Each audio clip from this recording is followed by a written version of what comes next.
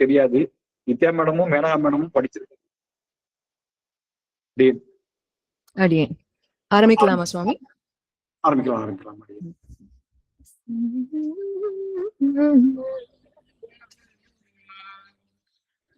ஸ்ரீசைலேஷதயாபாத்ரம் தீபக்த்யாதி குணார்ணவம் யதீந்திரப்ரவணம் வந்தே ரம்யஜாமாதரம் முனிம் ஸ்ரீமத்கௌஷிகவார்த்தீந்தும் ஷீலாதிகுணசாகரம் ஸ்ரீமத்கணார்ய சத்புத்திரம் வரதார்யம் அஹம் பஜே. பல்லாண்டு பல்லாண்டு பல்லாண்டு பல்லாண்டு பல்லாயிரத்தாண்டு பல கோடி நூறாயிரம்.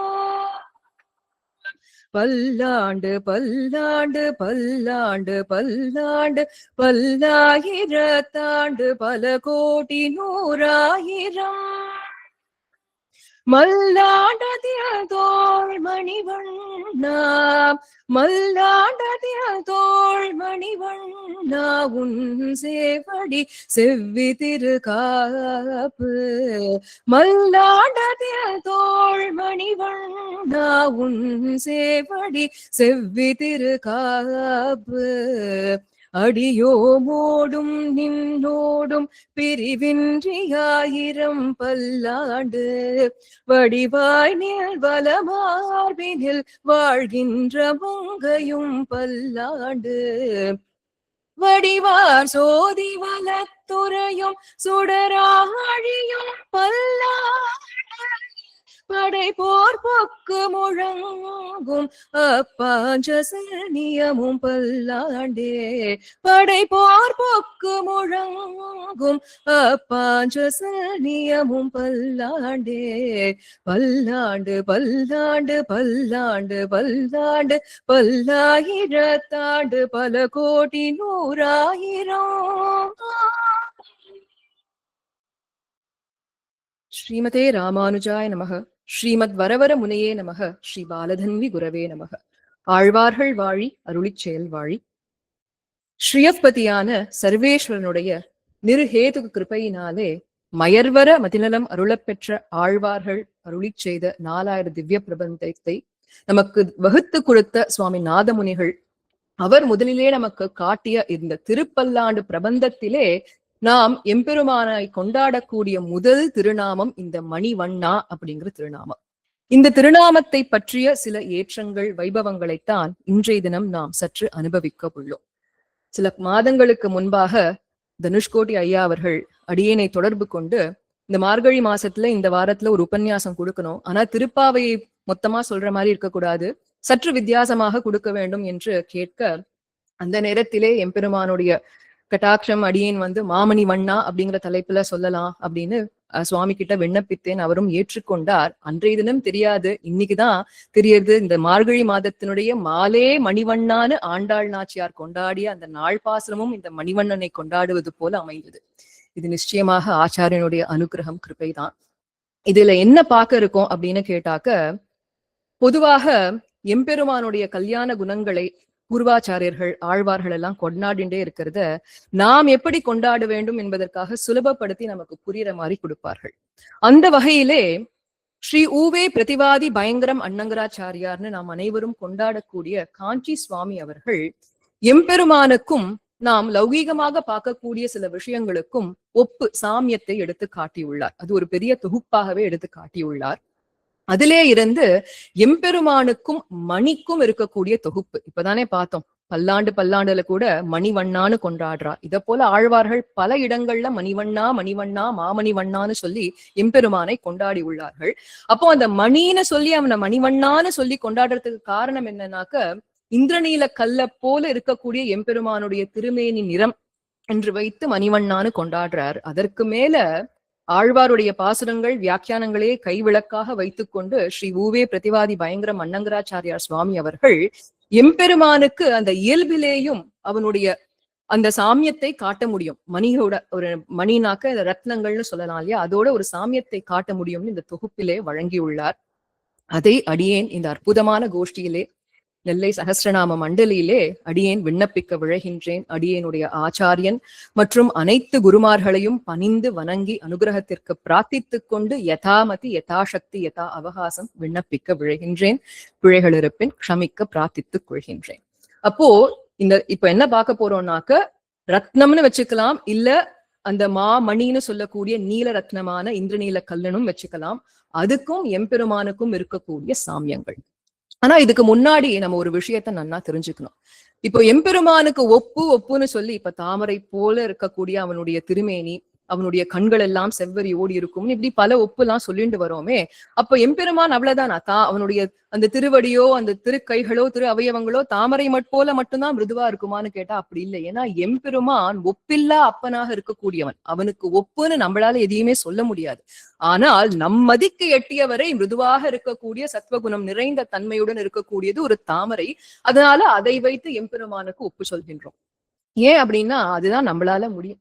இப்போ நித்திய சூரிகளை போல சதா பஷ்யந்தின்னு எம்பெருமானை அனவரதமும் பார்த்துட்டு இருக்கிறதுக்கான பாக்கியம் நமக்கு இல்ல இந்த சம்சாரத்திலே பிறந்திருக்கக்கூடிய ஆழ்வார்கள் மயர்வர மதிநலம் அருள பெற்றதுனால பிரத்யக்ஷமாக எம்பெருமானை பார்ப்பது போல மனசு சாட்சாத்காரம் செய்ய முடிந்தது. அந்த நிலையும் நமக்கு கிடையாது.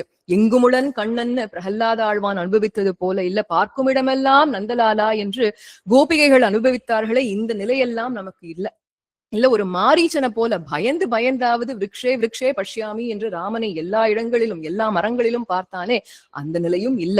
இதை உணர்ந்த நம்முடைய பூர்வாச்சாரியர்கள் தான் சரி, நித்திய சம்சாரிகளாக இருக்கக்கூடியவர்கள் ஈடுபடக்கூடிய சில விஷயங்கள், இப்போ நேரா எங்கேயோ எல்லாம் பார்க்கணும்னு சொல்லி வெக்கேஷன் எல்லாம் கிளம்புறோமே, ஒரு மரத்துக்கு போறோம், மரங்கள் எல்லாம் நிறைந்து இருக்கக்கூடிய வனத்துக்கு போறோம், இப்படி எல்லாம் போறச்சே பெரிய மலைகளை பார்த்தாலாவது இல்ல மேகங்களை பார்த்தாலாவது அதுல இருந்தே வர்ஷிக்கக்கூடிய மழையை பார்த்தாலாவது விலங்குகளை பார்த்தாலாவது இப்படி இதையெல்லாம் பார்க்கும் பொழுதாவது அந்த எம்பெருமான் ஞாபகம் வரட்டமே என்று சொல்லி இந்த ஒப்பு இந்த சாமியத்தை எல்லாம் வழங்கியுள்ளார்கள். அதிலே இந்த ரத்னத்துடன் இருக்கக்கூடிய ஒப்பு முதல்ல இப்ப பார்க்க போறோம். இதுல என்ன அப்படின்னா, இந்த ரத்னங்கள் அப்படின்னு சொன்னாக்க வைர வைடூரியங்கள், நீலமணி கற்கள் அப்படின்லாம் சொல்றோம் இல்லையா. இதெல்லாத்துக்கும் ரத்னம் அப்படின்னு ஏன் நம்ம சொல்றோம்? மற்றைய கல் போலத்தானே இருக்கு இது. ஆனா மத்த கல்லுக்கும் இந்த கல்லுக்கும் என்ன வேறுபாடு அப்படின்னு கேட்டா, இந்த ரத்னங்களிலே ஒளி இருக்கு. ஒளினாக்க அந்த பிரைட்னஸ், கிளாரிட்டி அப்படின்லாம் சொல்றாளே இந்த காலத்துல, டோன் பார்த்து வாங்கணும் அப்படின்னு எல்லாம் சொல்றா இல்லையா. அப்படி அந்த ரத்னத்திலே ஒளி இருக்கின்றது. அந்த ரத்னத்தில் இருக்கக்கூடிய ஒளியையும் அந்த ரத்னத்தையும் பிரிக்கவே முடியாது. இன்செப்பரபிள், எப்பொழுதுமே சேர்ந்து இருக்கக்கூடியது. அத போல முதல் சாமியம் என்னன்னு கேட்டா, எப்படி ஒரு ரத்னத்தையும் அதனுடைய ஒளியையும் பிரிக்கவே முடியாதோ அதே போல எம்பெருமானையும் பிராட்டியையும் பிரிக்கவே முடியாது. எம்பெருமானும் பிராட்டியை விட்டிரான் என்பதுதான் முதல் சாமியமாக காட்டப்பட்டது. இந்த சாமியத்துக்கு பல படிகளாக பிரமாணங்களும் எடுத்து காட்டுகின்றார். எங்க இருந்துனாக்க வேதத்திலே இருந்து கூட பிரமாணங்கள், அதற்கு மேல எம்பெருமான் சாக்ஷாத் அவனுடைய திருவாக்காக பாஞ்சரார்த்த ஆகமத்திலே நமக்கு அருளி செய்தது. व्यूहेषु च एव सर्वेषु विभवेषु च सर्वशः तथा व्यूही भवति येषा मम च एव अनपायिनी என்று எம்பெருமானுடைய திருவாக்கு. நாம் அனைவரும் அறிந்தது, எம்பெருமான் 5 நிலைகளிலே நமக்காக சேவை சாதிக்கின்றான். பர, வியூக, விபவ, அந்தர்யாமி மற்றும் அர்ச்சை. இதிலே நித்திய விபூதின்னு சொல்லக்கூடிய அந்த பரமபதத்திலே பரமபத நாதனாக அவன் நமக்கு சேவை சாதிக்கின்றான். அடுத்து லீலா விபூதியில் இருக்கக்கூடியதுதான் திருப்பார்கடல் வியூகம்னு சொல்றோம். அதற்கு மேல ராமகிருஷ்ணாதி அவதாரங்களை எடுத்துக்கொண்டு நம்மிடையே திரு அவதாரம் செய்கின்றானே, விபவ அவதாரங்கள் சொல்றோம். அதற்கு மேல நம்முடைய கிரகங்கள் மற்றும் ஆலயங்களிலே எம்பெருமான் எழுந்தருளிருக்கக்கூடிய நிலைதான் அர்ச்சாவதாரம். இதற்கு மேல அந்தர்யாமியாக அவன் அனைத்து ஜீவாத்மாக்குள்ளையும் இருக்கின்றான். இதுல இவர் என்ன சொல்றாருன்னு கேட்டா, இந்த ஸ்லோக மூலமாக என்ன தெரியுது நமக்குன்னு கேட்டாக்க, எம்பெருமான் அந்த வியூக வாசுதேவனாக இருந்தாலும் சரி, இல்ல ராமகிருஷ்ணாதி அவதாரங்களை எடுத்துக்கொண்டு நம்மிடையே வந்தாலும் சரி, ததா வியூகி என்று அந்த திரு தேவியாராக இருக்கக்கூடிய மகாலட்சுமி அவள்தான் ஏஷ மமச்ச ஏவ அனபாயினி என்று என்னுடன் பிரிவே இல்லாமல் என்னுடன் அவளும் திரு அவதாரம் செய்து நான் செய்யக்கூடிய லீலைகள் அனைத்துக்கும் சகாயம் செய்கின்றாள் என்று எம்பெருமானுடைய வாக்கு பாஞ்சரார்த்தத்திலே. அப்போ இதுல இருந்து என்ன தெரியுது? எம்பெருமானையும் பிராட்டியும் நம்மால் பிரிக்கவே முடியாது. அதற்கு மேலாக ஸ்ரீ விஷ்ணு புராணம், அதுல என்ன கிடைக்கிறது? பராசர மகரிஷி அருளியது, ஏவம் யதா ஜகத் சுவாமி தேவதேவோ ஜனார்தனஹ அவதாரம் கரோத்யேஷः ததா ஸ்ரீர்தத் சஹாயினி ராகவத்வேஹ பவத் சீதா ருக்மிணீ கிருஷ்ண ஜன்மனி அன்யேஷு ச அவதாரேஷு விஷ்ணுர்யேஷா சஹாயினி என்று தெளிவாக எம்பெருமான் விபவ அவதாரங்களை எடுக்கும் பொழுது சாக்ஷாத் ஜெகத் அனைத்துக்கும் சுவாமியாக இருக்கக்கூடிய தேவனாக இருக்கக்கூடிய ஜனார்தனன் திரு அவதாரங்களை எடுக்கும் பொழுது அவன் வாமனனாக பிறந்தாள். இவள் பத்மா என்று கமலான தாமரையிலே இருந்து மலர்பவளாக இருக்கின்றாள். அதே போல அவன் பார்கவோ ராமானு பரசுராமனாக திரு அவதாரம் செய்தாள். இவள் தரணியாக அவதரிக்கிறாள். அவன் ராமன்னா இவ சீதா, அவன் ருக்மிணின்னு அவன் கிருஷ்ணன்னா இவ ருக்மிணி. இப்படி ஒவ்வொரு அவதாரத்திலேயும் அவன் தேவனாக பிறந்தால் இவ தேவியாக, அந்த தேவ ரூபத்தை ஏற்றுக்கொண்டு தேவியாக பிறக்கின்றாள். அவன் மனுஷன்னா இவ மனுஷியாக பிறக்கிறாள். இப்படி நித்ய வேஷா ஜெகன்மாதா விஷ்ணோர் ஸ்ரீர் அனபாயினி என்று பிரிவே இல்லாதவளாக அவனுடன் எல்லா அவதாரங்களிலேயும் வருகின்றான்னு சொல்லி விஷ்ணு புராணத்திலேயும் கொண்டாடுகின்றார். இதற்கு மேல அப்படி அவதாரம் எடுத்துண்டு வரும்பொழுது நாம் அனைவரும் கொண்டாடக்கூடிய ராமபிரான் சீதா பிராட்டி இவா 2 பேருடைய திருவாக்காக ஸ்ரீராமாயணத்திலேயும் காட்டப்பட்டது. முதல்ல பிராட்டி தான் அதை வெளிக்காட்டுறா. எப்பொழுது என்று கேட்டால் சுந்தர காண்டத்திலே. அப்போ ராவணனுக்கு உபதேசம் செய்கின்றாள் பிராட்டி. அவனையும் எப்படியாவது திருத்த வேண்டுமே, மித்திரம் ஔபைகம் கர்த்தும் அப்படின்னு சொல்லி ராமனோட நண்பனாவது பேரை சொல்லிட்டு போடா, இப்படி புத்தி கெட்டு இருக்காதுன்னு சொல்லி அவனுக்கு இந்த உபதேசங்கள் எல்லாம் செய்யும் பொழுது அவ சொல்லக்கூடிய வார்த்தைகள் ந சக்யா லோபயித்தும் அப்படிங்கிறா. இங்க பாரு, இந்த அவன் என்ன காமிக்கிறான்னாக்க சீதா பிராட்டிக்கு இந்த ராஜ்யத்தே தரேன், என்கிட்ட எவ்வளவு தனம் இருக்கு தெரியுமா, அனைத்தையும் தரேன்னு சொல்லிண்டே இருக்கான். அப்ப அதுக்குதான் சொல்றாய்வோ, நீ தப்பா எடை போடாத, வழி மீறி நடக்கக்கூடியவள் நான் அல்ல. அதுதான் ந சக்யா லோபயித்தும் அகம். அதற்கு மேல அனன்யா ராகவேணாகம் பாஸ்கரேன பிரபாயதா என்றாள். அனன்யானாக்க வேறானவள் அல்ல, எம்பெருமான் ராமபிரானவன் என்னுடன் இருந்து தனிப்பட்டவன் கிடையாது. ராமன் சீதை எப்பொழுதும் சேர்ந்தே தான். அப்படி இருக்கும் பொழுது அவன் சூரியன்னா நான் சூரிய கதிராக இருக்கக்கூடியவள். அதனால எங்களை பிரிக்க முடியும். நான் உன்னுடைய இந்த நீ காட்டக்கூடிய அனைத்து ஆசை இது எல்லாத்துக்கும் நான் கீழே பணிஞ்சுடுவேன்னு நினைக்காத. அப்படி ஆசைப்படக்கூடியவள் நான் அல்ல, நான் அவனை விட்டு பிரிய மாட்டேன் என்று அவள் வெளிப்படையாக காட்டிய இடம் இது. அனன்யா ராகவேணாகம் பாஸ்கரேன பிரபாயதா என்று. இதை அப்படியே அடியொட்டி ராமபிரானும் யுத்த காண்டத்திலே சொல்கின்றார். எப்போனாக்க அக்னி சாட்சியாக அக்னி பரீட்சையெல்லாம் முடிந்த பின்பு அக்னிதேவன் சிறையிருந்தவள் ஏற்றத்தை சொல்லிக் கொண்டு ஒப்படைக்கும் பொழுது ராமபிரான் சொல்லக்கூடிய வார்த்தை அனன்யாகி மயா சீதா பாஸ்கரேன பிரபாயதா என்று. என்னையும் அவளையும் பிரிக்கவே முடியாது, சேர்ந்தே இருக்கக்கூடியவர்கள். அவனும் அதே வார்த்தையை சொல்றான் கேளுங்க. நான் சூரியன்னா அவ சூரிய கதிராக இருக்கக்கூடியவள், இயம் சுபா மங்களகரமாக இருக்கக்கூடியவள், ந அர்ஹதி ஐஸ்வர்யம் ராவண அந்தபுரே என்று. அந்த ஐஸ்வர்யங்களுக்கெல்லாம் இவன் மயங்கியே இருக்க மாட்டான்னு ராமபிரானும் சிறை இருந்தவள் ஏற்றம் சீதா பிராட்டினுடைய ஏற்றத்தை பாடக்கூடிய கட்டம். அப்போ இது 2த்துல இருந்தும் நமக்கு ரொம்ப ஸ்பஷ்டமாக தெரியுது இவாளை எப்பொழுதும் பிரிக்கவே முடியாது என்று. இதையே சுவாமி ராமானுஜரும் சரணாகதி கத்தியத்திலே முதல் சூர்ணிகையிலே காண்பிக்கிறார். பத்மவனாலயாம் பகவதீம் ஸ்ரீயம் தேவீம் நித்ய அனபாயினீம் என்று. இதையே சுவாமி தேசிகனும் அற்புதமாக பிரணய கட்டிதம் தேவி நித்ய அனபாயினின்னு சொல்லி அவரும் ஸ்ரீஸ்துதியில எடுத்து காண்பிக்கிறார் 5வது ஸ்லோகத்திலே. இப்படி பல பிரமாணங்கள் சொல்லிண்டே போகலாம்.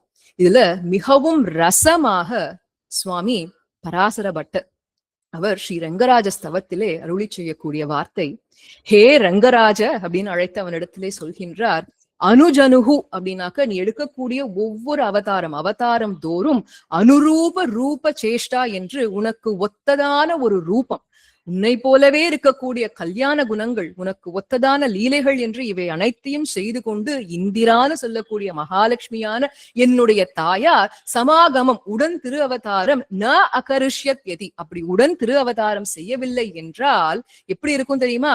தே நர்ம, உன்னுடைய லீலைகள் அனைத்தும் அவர் ரசம் என்று சுவையற்றதாக இருக்கும், அதுவா அல்லது அப்பிரியம் பவிஷ்ணு என்று வெறுக்கத்தக்கதாகவே இருக்கும்னு சொல்லிட்டார்.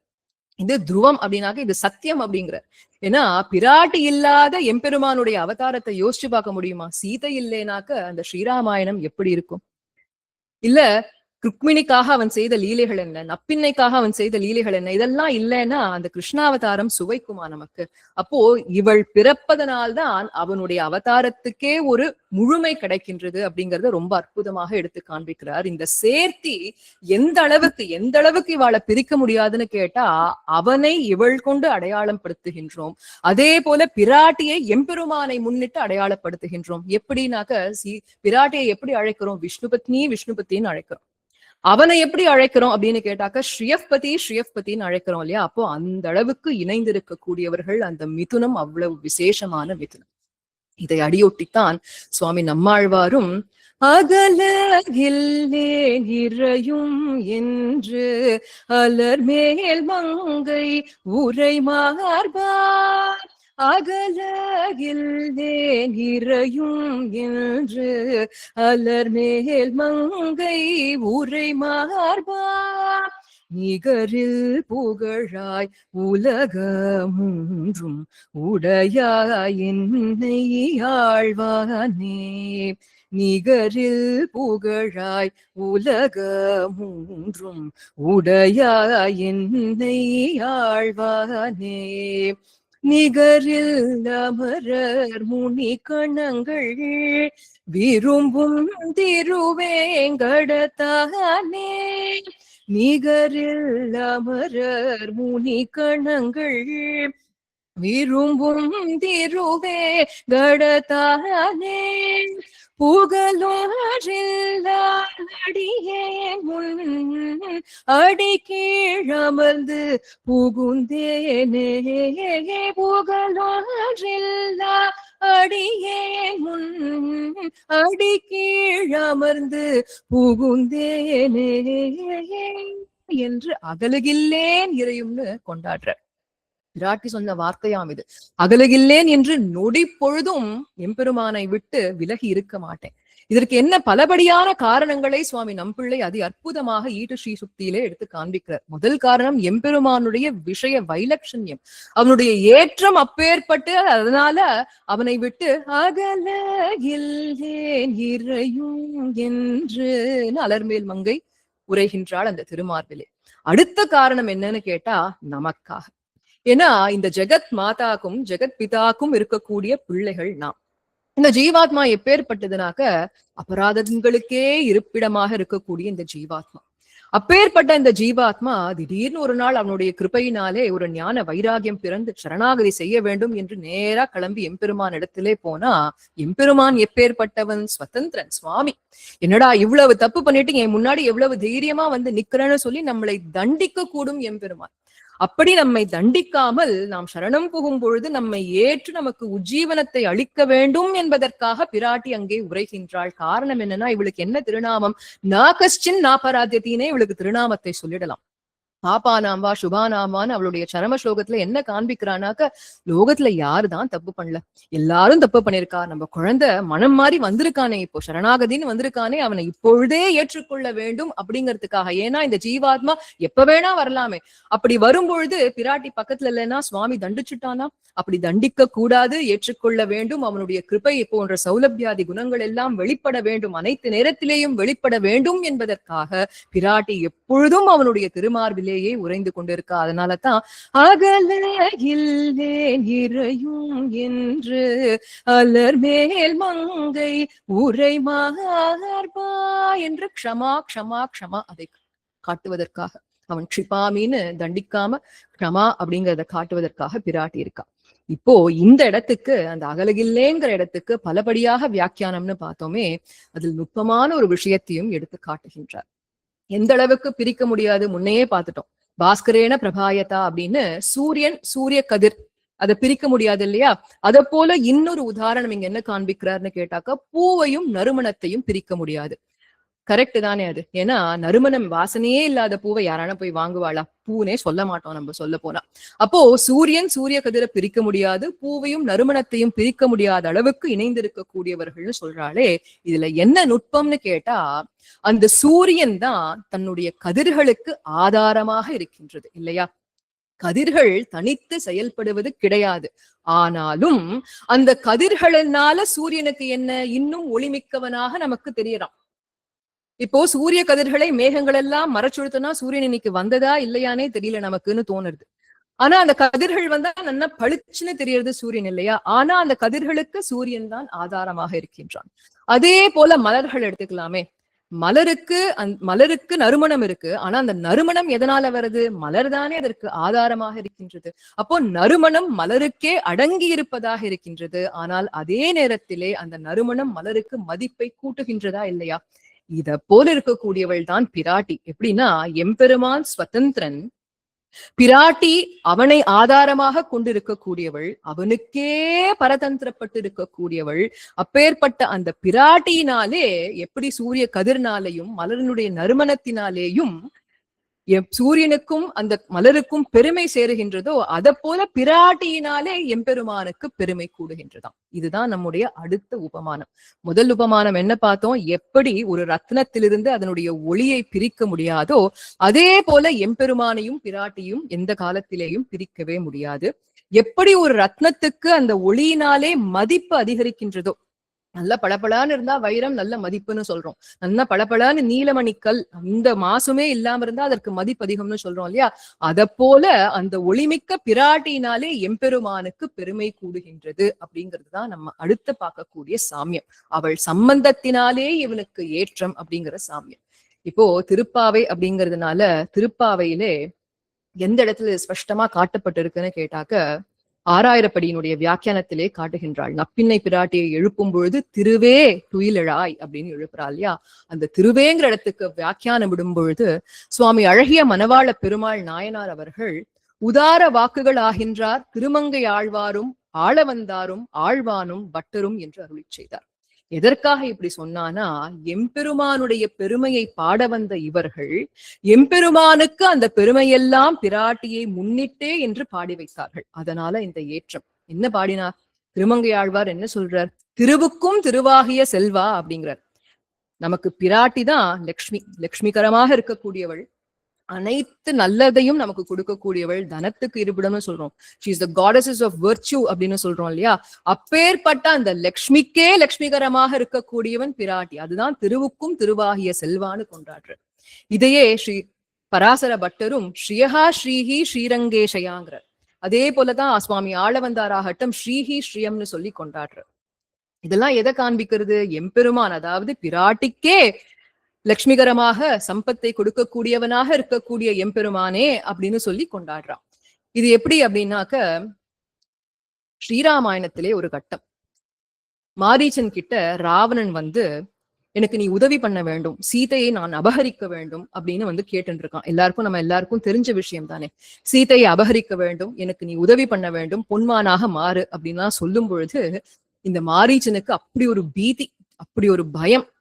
அந்த பயத்துல சொல்றான், ஏ ராவணா மூர்க்கண்டா நீ, விநாசகாலே விபரீத புத்திங்கிறது சரியா போயிடுத்து, உனக்கு புத்தி எல்லாம் விபரீதமாக செயல்பட்டு கொண்டிருக்கு. என்ன காரணம்னு கேட்டையா? இதோ சொல்றேன் கேள்.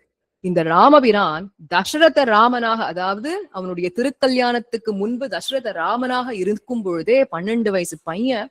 அப்படி இருக்கக்கூடிய அந்த குழந்தையானவன் விஸ்வாமித்ரருடைய யாகத்திலே நாங்கள் செய்து கொண்டிருந்த உபத்திரவங்களை எல்லாம் சகிக்காமல் வந்து அடிச்சான். என்னுடைய தம்பியான சுபாகுவை கொன்று விட்டான். அதற்கு மேல என்ன அடிச்சானே ஒரு அடி, எங்கேயோ போய் விழுந்தேன், இன்னி வரைக்கும் எனக்கு அது வலிக்கிறது.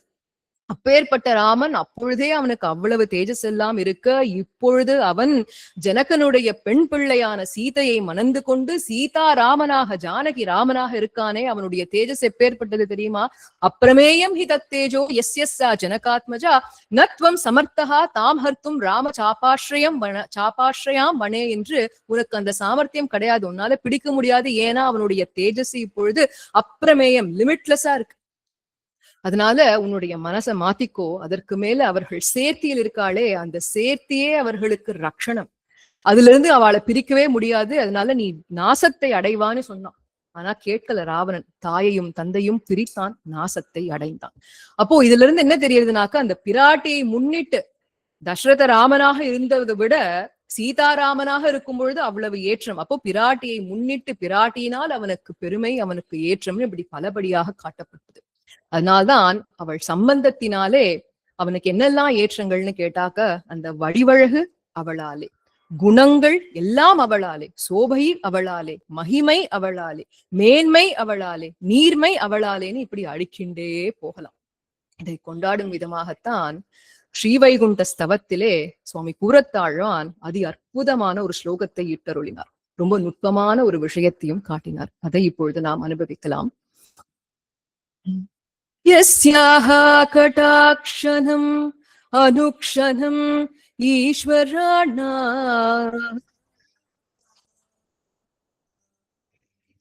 ஐஸ்வர்ய ஹேதுரிதி சர்வஜனீனம் ஏதத் தாம் ஸ்ரீரதி த்வக்துப சம்ஸ்ரயணாத் நிராஹுஹு த்வாஹி ஸ்ரீயஹ ஸ்ரீயமுதாஹுஹு உதார என்று எவளுடைய கட்டாட்சமானது அனுக்ஷணம் அனைத்து தேவர்கள் மீதும் படுகின்றதோ, அதனால் ஐஸ்வர்யத்தை எல்லாம் அவர்கள் சம்பாதிக்கின்றார்களோ, ஐஸ்வர்யத்தை பெற்றவர்களாக நிறைந்தவர்களாக ஆகின்றார்களோ, அப்பேற்பட்ட அந்த பிராட்டியானவள், ஸ்ரீ ஆனவள் த்வத் உப சம்ஸ்ரயணாத் நிராகுகு என்று உன்னை ஆசிரியத்திருப்பதனால் பூர்த்தியை அடைகின்றார் அப்படின்னு காட்டினார். அதாவது மகாலட்சுமியை ஸ்ரீ ஸ்ரீன்னு கொண்டாடுறோமே, இதற்கு ரெண்டு விதமாக அர்த்தம் பார்க்கலாம். பெரியோர்கள் காட்டியது ஸ்ரயதே இதி ஸ்ரீஹி, ஸ்ரீயதே இதி ஸ்ரீஹின்னு சொல்வா. ஸ்ரயதே அப்படிங்கிறது ஆசிரியத்தேன்னு சொல்றோம் இல்லையா, அனைத்து ஜீவாத்மாக்களும் அவளை ஆசிரியத்திருப்பதனால் ஸ்ரயதே இதி ஸ்ரீஹி. அதற்கு மேல அவள் எம்பெருமாளை நல்லபடியாக ஆசிரியத்திருப்பதனால் ஸ்ரீயதே இதி ஸ்ரீஹி. அப்போ பிராட்டியானவள் எம்பெருமானை ஆசிரியத்திருப்பதனால் அவளுக்கு இந்த அனைத்து ஏற்றங்களும் வந்ததுன்னு காட்டப்படுறது. ஓ, எம்பெருமான் இந்த பெருமைகள் அனைத்தையும் பிராட்டிக்கு கொடுக்க, அந்த பிராட்டியாலே மறுபடியும் எம்பெருமானுக்கு பெருமைங்கிறது தான் நம்ம தெரிஞ்சுக்கணும். அப்போ இந்த மிதுனமே நமக்கு அவ்வளவு ஒரு உத்தேசியமான விஷயம்.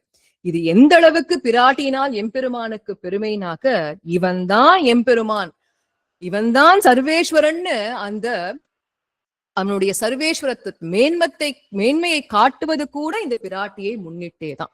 இதுதான் ஸ்வரூபக நிரூபக தர்மம் அப்படின்னு சொல்வதுண்டு. ஏன்னா இப்ப அனைவருக்கும் மோட்சம் அப்படின்னு கிளம்பி போயிட்டோம்னாக்க, பரமவதத்துக்கு போனா அங்க இருக்கக்கூடிய அனைவரும் ரூபத்துல பாக்குறதுக்கு ஒரே மாதிரி இருப்பா. சாமியாபத்தி மோட்சம்னு சொல்வதுண்டு. அப்படி இருக்கும் பொழுது இதுல ஸ்ரீமன் நாராயணன் யாரு அப்படின்னு எப்படி தெரிஞ்சுக்கிறது அப்படின்னாக்க, அந்த பிராட்டி அவனுடைய திருமார்பிலே உறைந்து கொண்டிருப்பாள். மின்னல போல அவ்வளவு அழகா அவனுடைய திருமார்பில் இருப்பா இல்லையா, அதை வைத்துத்தான் இவன் ஸ்ரீமன் நாராயணன் எம்பெருமான் ஸ்ரீயப்பதின்னு கண்டுபிடிக்கிறோம் இல்லையா. அந்த ஸ்ரீயப்பதித்வம் தான் அவனுக்கு ஸ்வரூப நிரூபக தர்மமாக மாறுகின்றது. ஐடென்டிட்டியை கொடுக்கக்கூடியது, அடையாளத்தை கொடுக்கக்கூடியது அந்த ஸ்ரீயப்பதித்வம் தான் இல்லையா. அதனால அந்த அளவுக்கு பிராட்டினால் எம்பெருமானுக்கு ஏற்றம்னு காட்டப்பட்டது. இதைத்தான் ரொம்ப அழகாக நான்முகன் திருவந்தாதியிலேயும் ஆழ்வார் அருளி செய்கின்றார். கல்லாகாதவர் இலங்கை கட்டழித்த காகுத்தன் அல்லால் ஒரு தெய்வம் யானிலே. கல்லாகாதவர் இலங்கை கட்டழித்த காகுத்தன் அல்லால் ஒரு தெய்வம் யானிலே. பொல்லாத தேவரை தேவரை திருவில்லா தேவரை தேரல் மின் தேவு. பொல்லா தேவர் திருவில்லா தேவரை தேரல் மின் தேவு என்று திருவில்லா தேவரை தேரல்மின் தேவு என்று அருளி செய்தார். அப்படின்னா அந்த எம்பெருமான் அவனுடைய திருமார்பிலே பிராட்டியை வைத்திருப்பதனால் அவனுக்கு சர்வேஸ்வரன் மேன்மைன்னு கிடைக்கிறது, ஸ்ரீயப்பத்தின்னு கிடைக்கிறது. அப்படி பிராட்டி இல்லைன்னா அவன் தேவனே இல்லை. ஸ்ரத்தையா தேவோ தேவத்துவம் அஷ்ணுதேன்னு சொல்வதுண்டு. பிராட்டி அவனுடைய திருமார்பல் இல்லைன்னா அவன் தன்னை தேவன்னு சொல்லிக்கிறதுக்கான அருகதையும் கிடையாது. ஆக அப்படி பிராட்டியை தன்னுடைய திருமார்பிலை வைத்துக் கொண்டிருக்கக்கூடிய அந்த எம்பெருமானைத்தான் தேவன் என்று கொண்டாடி அவனைத்தான் நாம் ஆசிரியிக்க வேண்டும் என்பதை மிகவும் தெளிவாக காட்டிய பாசுரம் இது. இதோட நம்முடைய இந்த சாமியம் முடியுது. இப்ப வரைக்கும் என்ன பார்த்தோம்? 2 சாமியங்கள். அதாவது ரத்னத்தையும் ஒளியையும் பிரிக்க முடியாது, எம்பெருமானையும் பிராட்டியும் பிரிக்க முடியாது. அதே போல ஒளி மேன்மை பெற அந்த ரத்னத்துக்கும் மேன்மை அதிகமாயிண்டே இருக்கு. அதே போல பிராட்டினால் எம்பெருமானுக்கு மேன்மை, ஏற்றங்கள், மதிப்பு அதிகரிச்சுட்டே இருக்குன்னு பார்த்தோம். இப்போ 3வது சாமியம். இப்போ அனைத்து ரத்னங்களும் அனைத்து காலத்திலேயும் பளபளன்னு பிரகாசிக்கிறதே இல்லை. பொதுவாக வைரமே சொல்வதுண்டு. இப்படி வைரத்தோடு வாங்கி போட்டு இருக்கோம்னா தண்ணி பட நாளடைவுல நல்ல பிரகாசமாகும்னு சொல்வா. அப்போ முதல்ல கொஞ்சம் மங்கலா தெரியும், அப்புறமா நல்லா பிரகாசமா இருக்கும் இல்லையா? அப்போ எப்படி ரத்னத்திலே ஒளி சில நேரம் மங்கி இருக்கும், சில நேரம் பிரகாசமாக இருக்குமோ, அதே போல இந்த பிராட்டி தானே ஒளின்னு பார்த்தோம். அந்த பிராட்டியானவள் எம்பெருமானுடன் இருக்கும் பொழுது சில நேரம் நல்ல வெளிப்படையாக தெரிவாள், சில நேரங்களிலே அப்படி மறைமுகமாக ஞானிகளுடைய கண்களுக்கு மட்டுமே புலம்படும்படியாகவும் இருப்பாள். இது எங்க பார்க்கலாம்? ஸ்பஷ்டமா தெரிந்த இடம் ஸ்ரீ ராமாவதாரம் சீதா பிராட்டி அதீவ ராமஹா சுஷுபேன்னு ஸ்ரீமத் வால்மீகி முனியை கொண்டாடுற. அதே போல ஸ்ரீ கிருஷ்ணாவதாரங்கள்னு சொல்லலாம். மறைமுகமாக எங்க இருந்தான்னு கேட்டாக்க ஸ்ரீ வாமன அவதாரம். அந்த வாமனன் குட்டன் குரலனாக வரும் பொழுது மாந்தோலை அப்படி போத்திக்கிறார். தன்னுடைய அந்த பூனலை மறைக்கிறதுக்காக மாந்தோலை போத்திக்கிறார். அது இல்லையா நுட்பம்? எதை மறைக்கிறார்னு கேட்டாக்க திருமார்பிலே இருக்கக்கூடிய பிராட்டியை மறைக்கின்றாராம். அதுதான் கிருஷ்ணாஞ்சினேன சம்ருன்வன் வாமனஹா வக்ஷசி ஸ்ரீயம்னு சொல்லி வாக்குகள் எல்லாம் பிரமாணங்கள் எல்லாம் காட்டுறது. ஏன்னா வந்தது பிரம்மச்சாரி அவதாரம் இல்லையா? அப்ப பிராட்டியை காமிக்க கூடாதே, அதற்காக அப்படி மறைச்சுண்டு வந்தானாம். இதையே தேகலீஷ ஸ்துதின்னு சுவாமி தேசிகன் அவர்கள் அருளி செய்தது. முதல் 3 ஆழ்வார்களுக்கு உலகளந்த பெருமானாக அவன் சாட்சாத்கரித்ததை கொண்டாடும் விதம் இந்த தேகலீஷ ஸ்துதி. அதிலே கிருஷ்ணாஞ்சினும் யவனிகாம் கிருதவான் பிரியாயாகா என்று கொண்டாடுகின்றார். அதிலே அந்த யவனிகானாக்க ஸ்கிரீன் கர்டன்னு சொல்றான். அத போல இந்த மாந்தோலை போற்றி கொண்டு வந்தான்னு. அப்போ இந்த இடத்துல பிராட்டியானவள் ஸ்பஷ்டமா கண்ணுக்கு புலப்படல, ஆனாலும் கூடயே இருக்கா. அதுதான் நம்ம தெரிஞ்சுக்கணும். பிரிவுங்கிறது கிடையாது, மறைமுகமாக அங்கே பிராட்டி இருக்கின்றாள் என்று காட்டப்பட்டது. இது 3வது உபமானம். அடுத்தது, இந்த ரத்னம் எல்லாம் நமக்கு எங்க கிடைக்கும்? பொதுவாக சமுத்திரத்துக்கே ரத்னாகரம்னு ஒரு பேரு. எல்லா ரத்னங்கள், எமரால்டு எல்லாம் எங்க, கோரல் எல்லாம் இன்னும் எங்க இருந்து கிடைக்கிறது, முத்தெல்லாம் எங்க இருந்து கிடைக்கிறது? இந்த மாதிரி விலையுயர்ந்த கற்கள் எல்லாம் அந்த கடலினுடைய ஆழத்தில இருந்து கிடைக்கின்றது. இப்போ சமுத்திரத்துல இருந்து கிடைக்கிறது. இன்னொரு இடம் எதுன்னு கேட்டாக்க மலையினுடைய உச்சியிலே இருந்து கிடைக்கிறது. மலையில கூட ரத்னம் கிடைக்குமா அப்படின்னு கேட்டா முதல் திருவந்தாதியிலே பொய்கை ஆழ்வார் கொண்டாடுற.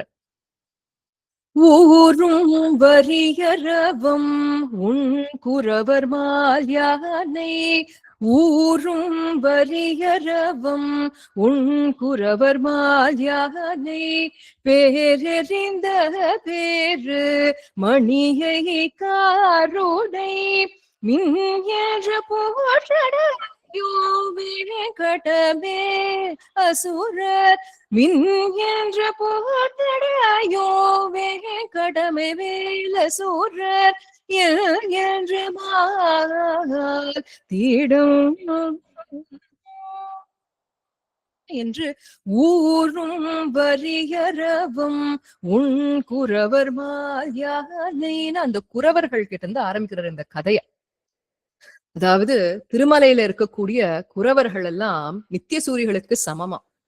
ஏன்னா திருவேங்கடம் என்பது எப்பேற்பட்டது? திருவேங்கடம் என்னும் எம்பெருமான் பொன்மலையில் ஏதேனும் ஆவேனே என்று ஆழ்வார்கள் எல்லாம் பாரிக்கக்கூடிய இடம். பரமபதத்துக்கு சமமான இடம் அந்த திருமலை. அப்பேற்பட்ட அந்த திருமலையை எப்பேற்பட்டதுனாக்க இந்த குரவர்கள், விலங்குகள், தேவர்கள் எல்லாரும் வந்து எம்பெருமான் ஆசிரியிக்கிறா இல்லையா? அதுலயும் நித்தியசூரிகள் எல்லாம் எப்படின்னு கேட்டாக்க பரமபதம் தான் அவர்களுக்கு நிலையான இடம். அந்த பரமபதத்தை விட்டு ஒரு க்ஷணம் இந்த பக்கம் அந்த பக்கம் வரதில்லையே, அதை போல இந்த குரவர்களும் திருமலையில இருக்கக்கூடிய எம்பெருமான் அந்த திருமலையை விட்டு கீழே வரமாட்டாளாம். திருமலையே தனக்கு பரமபதமாக கொண்டிருப்பதனால் நித்திய சூரிகளுக்கு சமமாக, எப்படி நித்திய சூரிகளுக்கு பரமபதமோ இந்த திருமலையில் இருக்கக்கூடிய குறவர்களும் திருமலையை விட்டு வராததனால் அவர்களுக்கு நித்திய சூரிகளுக்கான சமம்னு சொல்லி காண்பிக்கிறார். அப்பேற்பட்ட அந்த குறவர்கள் எல்லாம் என்ன பண்ணுவா அப்படின்னாக்க, வயலெல்லாம் இருக்கும் அவளுக்கு, நெல்லெல்லாம் வளர்த்துட்டு இருப்பான் இல்லையா, புனம் அப்படின்னு சொல்லுவோம். அந்த புனத்தை காப்பதற்காக, இல்லாட்டி யானையெல்லாம் பட்டி மேய்ந்து விடும். அப்படி யானையெல்லாம் மேய்க்கும் போது அதை காக்க வேண்டும் என்பதற்காக கல்லை தூக்கி எறிஞ்சு போன்னு விரட்டுறா. அதற்கு எந்த கல்லை தூக்கி எறியறான்னு கேட்டாக்க இந்த ரத்னங்களை தூக்கி எறிவாளாம். அப்போ யானையை பாக்குறதுக்கு ஒரு பெரிய மேகமாட்டம் இருக்கு, அதுல இந்த ரத்னத்தை எல்லாம் தூக்கி எரிய அது மின்னல் ஒளிய போல அப்படி வருது. இத பார்த்து திருமலையில இருக்கக்கூடிய மலைப்பாம்புகள் எல்லாம் பிரமித்து பயந்து தன்னோட புத்துக்குள்ள ஓடி போய் ஒளிஞ்சுக்கிறதாம். அப்பேற்பட்ட திருமலை என்று இங்கே கொண்டாடுகின்றார். ஏன்னா ஆழ்வார்கள் எல்லாம் எம்பெருமானை கொண்டாடுவது போலவே அவன் சம்பந்தப்பட்ட அனைத்து விஷயங்களையும் கொண்டாடுவார். அப்போ இதுல இருந்து திருமலை போன்ற மலைகளிலே ரத்னம் இருக்குன்னு தெரியுது. அப்போ பொதுவாக ரத்னங்கள் கடலுக்குள்ளிருந்து கிடைக்கிறது, மலையிலிருந்து கிடைக்கிறதுன்னு பாக்குறோம். அத போல நம்முடைய எம்பெருமானும் சமுத்திரமான திருப்பார்கடலிலே நமக்கு கிடைக்கின்றான். பரமநடி அப்படின்னு தானே ஆண்டாள் நாச்சியார் கொண்டாடுறா. அப்படி திருப்பார்கடலிலே கிடைக்கின்றான். மலைன்னு பார்த்தா எவ்வளவு திவ்ய தேசங்கள் எம்பெருமான் மலையிலே எழுந்தருளி இருப்பது. திருமலை, திருமாலிருஞ்சோலை, திருநீர்மலை, திருக்கடிகை, திருபத்ரிகாசிரமம், முக்திநாத், ஸ்வேதகிரின்னு சொல்லக்கூடிய அதே போல ஹஸ்தகிரி, அதே போல திருநாராயணபுரம் என்ன, திருக்குறுங்குடி என்ன, இதே போல கண்டம் என்னும் கடிநகர்னு சொல்லக்கூடிய தேவப்பிரயாக், அகோபிலம், இப்படி எவ்வளவோ இடங்கள்ல மலை மேல் நிற்பாய் கடல் சேர்ப்பாய் என்று இந்த அனைத்து இடங்களிலேயும் எம்பெருமான் எழுந்தருளி இருக்கின்றான். இதைத்தானே நம்ம மங்கள ஸ்லோகத்திலையும் கொண்டாடுறோம். ஸ்ரீரங்க மங்கள நிதிம் அப்படின்னு ஒரு பாடம் உண்டு. இன்னொரு பாடம் ஸ்ரீரங்க மங்களமணிம் கருணா நிவாசம் ஸ்ரீவேங்கடாத்ரி சிகராலய காடமேகோ ஸ்ரீஹஸ்திசைல சிகரோஜ்வல பாரிஜாதோ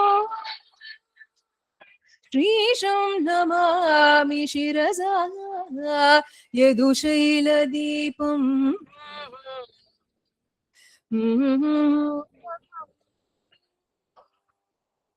என்று முக்கியமான திவ்ய தேசங்கள் திருமலை, ஹஸ்தகிரின்னு சொல்லக்கூடிய காஞ்சிபுரம், அதே போல திருநாராயணபுரம், இதெல்லாம் மலைதான். அந்த மலையில் இருக்கக்கூடிய ரத்னம் தான் நம்முடைய எம்பெருமான் என்று இதையும் ஒரு சாமியமாக எடுத்து காட்டினார். இதுவரைக்கும் 4 சாமியங்கள் பார்த்துள்ளோம். அடுத்தது இந்த ரத்னம் எல்லாம் சில நேரங்கள்ல எப்படி இருக்கும்னாக்க கண்ணுக்கு புலப்படாம அப்படி இந்த சேத்தோட மண்ணோட கலந்து இருக்கும் இல்லையா. ரத்னம் சேற்றுல கிடைக்கிறதுக்கான வாய்ப்புகளும் உண்டு. அப்படி அந்த சேத்துல இருக்கும் பொழுது யார் இத ரத்னம்னு கண்டுக்கிறா அப்படின்னா அதனுடைய மதிப்பை அறிந்தவன். அப்ப மதிப்பை அறிந்தவன் அந்த சேத்துல இருந்தா கூட இது ரத்னம்னு தெரிஞ்சுண்டு அதை பாதுகாத்து பொக்கிஷமாக வைத்துக் கொள்வான். ஆனால் மதிப்பறியாதவன் என்ன செய்வான், அதை அலட்சியப்படுத்திட்டு புறக்கணிச்சுட்டு அது என்னன்னே தெரியாதுன்னு தூக்கி போட்டு போயிடுவான் இல்லையா. இத போல எம்பெருமானும் சேற்றிலே இருக்கும் பொழுது, சேற்றுனா என்ன, கிருஷ்ணாவதாரத்துல அப்படியே ஓடி ஆடி விளையாடினானே அப்போ சேற்றுல இருந்தானான்னு கேட்டா அது இல்லையா. ஆழ்வார்களும் ஆச்சாரியர்களும் சேருன்னு சொல்லக்கூடியது எது தெரியுமா, இந்த சம்சாரத்தை தான். புனரப்பி ஜனனம் புனரப்பி மரணம்னு மாறி மாறி பிரகிருதி சம்பந்தத்தினாலே கர்ம வினையினாலே இப்படி வந்து பிறந்துட்டே இருக்கோமே, இந்த சேற்றை தான் சொல்கின்றார்கள். அப்படி அந்த சேற்றிலே, அதான் இருள் தருவான் ஞாலத்துள் இனி பிறவி யான் வேண்டேன்கிறார் ஆழ்வார். மாயவன் சேற்று, பொய் நிலம் பொய் நின்ற ஞானமும் பொல்லா ஒழுக்கும் அழுக்குடம்பும்னு வந்தாலே இந்த இடமே அப்படியே துர்நாற்றம் வீசக்கூடிய சம்சாரம். அப்போ இந்த சேற்றிலே எம்பெருமான் என்கின்ற ரத்னம் வந்தால் அப்படின்னா, எம்பெருமான் நித்திய விபூதியை விட்டுவிட்டு இந்த லீலா விபூதியான சம்சாரத்துக்கு அவன் திரு அவதாரங்களை செய்து கொண்டு வந்தால் அந்த மதிப்பை அறிந்தவர்கள் அவனை துதிப்பார்கள், பொக்கிஷமாக போற்றுவார்கள். மதிப்பறியாத மூடர்கள் என்ன செய்வானா, அப்படியே அவனை புறக்கணிச்சுட்டு கிளம்பி போயிட்டே இருப்பா, அலட்சியப்படுத்தின்றே இருப்பா. பகவத்கீதையிலே சாட்சாத் கிருஷ்ண பரமாத்மாவே சொல்கின்றான், அவஜானந்தி மாம் மூடா மானுஷி தனுமாஸ்ரிதம் பரம்பாவம் அஜானந்தோ மமபூத மகேஸ்வரம் என்று. அஜானந்தோனாக்க அறியவில்லை என்றால், அவனுடைய மகத்துவம் தெரியவில்லை என்றால் அவஜானந்தி என்று அலட்சியப்படுத்தி விடுவார்கள் மூடர்கள்னு கிருஷ்ண பரமாத்மாவே நொந்துக்கிறான் பகவத்கீதையிலே. ஆனால் அதே பகவத்கீதையில மகான்களாக இருக்கக்கூடியவர்கள், தத்துவ தரிசிகள்னு சொல்றோமே, தத்துவம்னாக்க ரியாலிட்டி ட்ரூத், அதை தரிசித்த ஞானிகளாக இருந்தால் ஞானிகள்னா யாரு? வேற யாருமே இல்ல, ஆழ்வார்கள் எல்லாம் தானே. மயர்வர மதிநலம் அருளப் பெற்றவர்கள் இல்லையா? அனைத்து தேவையில்லாத அஜ்ஞானம் எல்லாம் போய் பூர்த்தியான ஞானத்துடன் இருக்கக்கூடியவர்கள். அப்பேற்பட்டவர்கள் இந்த எம்பெருமானை கண்டுகொள்வார்கள். அவனுடைய மதிப்பை அறிந்து பொக்கிஷமாக பாதுகாப்பார்கள். அதைத்தானே சுவாமி நம்மாழ்வார் தன்னுடைய திருவாய்மொழியிலே அனுசந்தானம் செய்கின்றார். சாது சனத்தை நலியும் கஞ்சனை சாதி பதற்கு, சாது சனத்தை நலியும் கஞ்சனை சாதி பதற்கு, ஆதியன் ஜோதி உருவை அங்கு வைத்திங்கு பிறந்த, ஆதியன் ஜோதி உருவை அங்கு வைத்திங்கு பிறந்த, வேத முதல்வனை பாடி வீதிகள் தோறும் துள்ளாதார், வேத முதல்வனை பாடி வீதிகள் தோறும் துள்ளாதார், ஓதி உணர்ந்தவர் முன்னா என் செவிப்பார் மணீசரே, ஓதி உணர்ந்தவர் முன்னா என் செவிப்பார் மணீசரே என்று ஆதியன் ஜோதி உருவை அங்கு வைத்து இங்கு பிறந்தான் என்பதை கண்டுகொள்வார்கள். அதே எம்பெருமான் தான், அதே பரமாத்மா தான் இந்த கிருஷ்ணனா வந்தான், அதே பரமாத்மா தான் ராமனாக வந்திருக்கான் அப்படிங்கிறத நன்கு அறிந்து கொள்வார்கள். அவன்தான் அனைத்து திரு ஆலயங்களிலேயும் அர்ச்சாமூர்த்தியாக எழுந்துள்ளிருக்காங்கிறத அறிஞ்சுப்பார். அப்படி அறிந்த ஆழ்வார் என்ன, அதனால்தானே பிறந்தவாறும் வளர்ந்தவாறுங்கிற பதிகத்துல பிறந்தவாறும், பிறப்பற்றவன் பிறந்தானாங்கிற அந்த மகத்துவத்தை உணர்ந்ததுனால்தானே மயங்கி விழுந்தார், மோகித்தார். அடுத்து எழுந்துட்டார், மறுபடியும் வளர்ந்தானா அப்படின்னர், மோகித்து விழுந்தார். அப்போ பெரிய பாரதம் கை செய்து ஐவருக்கு திறங்கள் காட்டிட்டு செய்து போன மாயங்கள் என்னன்னு இப்படி உருகி உருகி மயங்கி மயங்கி மெய் அடியார்கள் அந்த எம்பெருமானை பொக்கிஷமாக கருதுவார்கள். இதுதான் நம்ம பார்க்கிற 5வது சாமியம். அடுத்ததாக அப்படி மதிப்பை அறிந்த ஞானிகள் எப்படி இருப்பார்கள்னு கேட்டாக்க, எம்பெருமான் தான் தனக்கு தலைவன் என்பதை உணர்ந்து, இந்த கோபிகைகள் எல்லாம் எப்படி அவனை வசப்படுத்தி வச்சுட்டாலோ அதை போல அவனோட வசத்திலே இவர்கள் இருக்க வேண்டும், அவனுடைய அனுகிரகம் எப்பொழுதும் தம் மேல விழ வேண்டும், அவனை சொத்தாக்கி கொள்ள வேண்டும் என்று அந்த பாரிப்புடன் இருப்பார்கள். அவனை அடைய வேண்டும்ங்கிற பாரிப்புடன் இருப்பார்கள். அப்படி அந்த மதிப்பை அறியாதவர்கள் என்ன பண்ணுவா? ரத்னம் கிடைச்சிருக்குன்னா கூட மதிப்பை அறியவில்லை அப்படின்னு சொன்னாக்க அல்ப விஷயங்களுக்காக அந்த ரத்னத்தை விற்று விடுவார்கள். இப்போ இதே ரத்னத்தை வச்சுதான் உதாரணம். கடல்ல கிடைக்கும் ரத்னம்னு பார்த்தோம் இல்லையா? ஒரு மீனவன் கடலுக்கு போறான், அப்போ அவனுக்கு கையில ரத்னம் கிடைக்கிறது, அவனுக்கு ரத்னம்னு புரிஞ்சு போயிடுது, அந்த செம்படவனுக்கு அது ரத்னம்னு புரிஞ்சு போயிடுது. உண்மையாகவே அந்த ரத்னத்தினுடைய மதிப்பை அறிந்தவன்னா என்ன பண்ணிருப்பான்? அதை பொக்கிஷமாக வைத்திருப்பான். ஆனால் அவன் அதமனாக இருந்தால் அந்த ரத்னத்தை அற்ப விலைக்கு வித்து விட்டு பாக்கு போல ஏதாவது ஒண்ணு அற்பமான ஒரு விஷயத்த வாங்கி வச்சுட்டு இருப்பான். இல்ல அதனுடைய மதிப்பு இதுதான்னு தெரிஞ்சா சரிசமமா அதற்கு மதிப்பு தக்கதான ஒரு பொருளை வாங்கி ஒரு வியாபாரியாக மாறி இருப்பான். ஆனால் அவனே ஒரு உத்தமனாக, ஒரு ஞானியாக, இந்த இடத்துல உதாரணத்துல ஒரு ராஜகுமாரனாக இருந்தால் என்ன பண்ணுவான்? அவனுக்கு இப்படி ஒரு ரத்னம் கிடைக்கிறதுன்னு சொன்னா அதை ஆபரணமாக செய்து தன்மேலே தரித்துக் கொள்வானா இல்லையா? அப்படி இருக்கக்கூடியவர்கள் தான் ஞானிகளாம். ஏன்னா எம்பெருமான் கிட்ட போறோம் இல்லையா? வேண்டுறதுக்காக போறோம். இப்படி அந்த பக்தர்கள்லயே பலவிதமான பக்தர்கள் இருக்கான்னு எம்பெருமான் பகவத்கீதையில காண்பிக்கிறான்.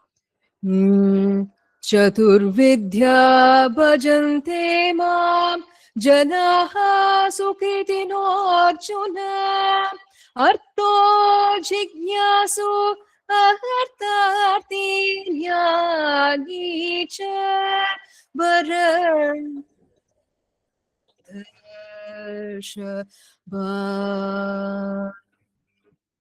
எழுவார் விடை கொள்வார் தோழாயானை, வழுவா வகை நினைந்து வைகள் தோழுவார், எழுவார் விடை கொள்வார் தோழாயானை, வழுவா வகை நினைந்து வைகள் தோழுவார், வினை சுடரை நாந்து வைக்கும் வேங்கடமை வானோ மனச்சுடரை தூண்டும் மலை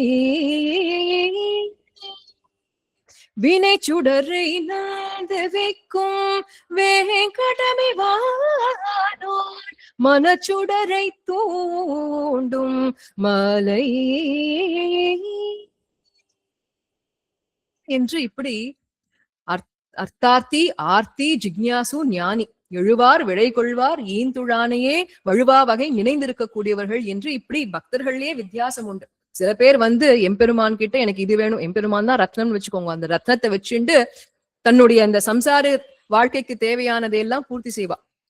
கீழையான ஆசைகள், கல்யாணம் ஆகணும், நல்லா படிக்கணும், என் குழந்தைக்கு கல்யாணம் ஆகணும், இப்படி ஏதோ வேண்டாத சில ஆசைகள், நல்ல கார் வாங்கணும், இப்படின்னு அந்த ரத்னத்தை தப்பாக உபயோகிக்க கூடியவர்கள், இல்ல கீழ் பலன்களுக்காக உபயோகிக்க கூடியவர்கள் இல்லையா. அதை விட அடுத்ததாக இருக்கக்கூடியவர் என்ன பண்ணுவா அப்படின்னு கேட்டாக்க, எனக்கு மோட்சம் வேண்டும் அப்படிங்கிறது.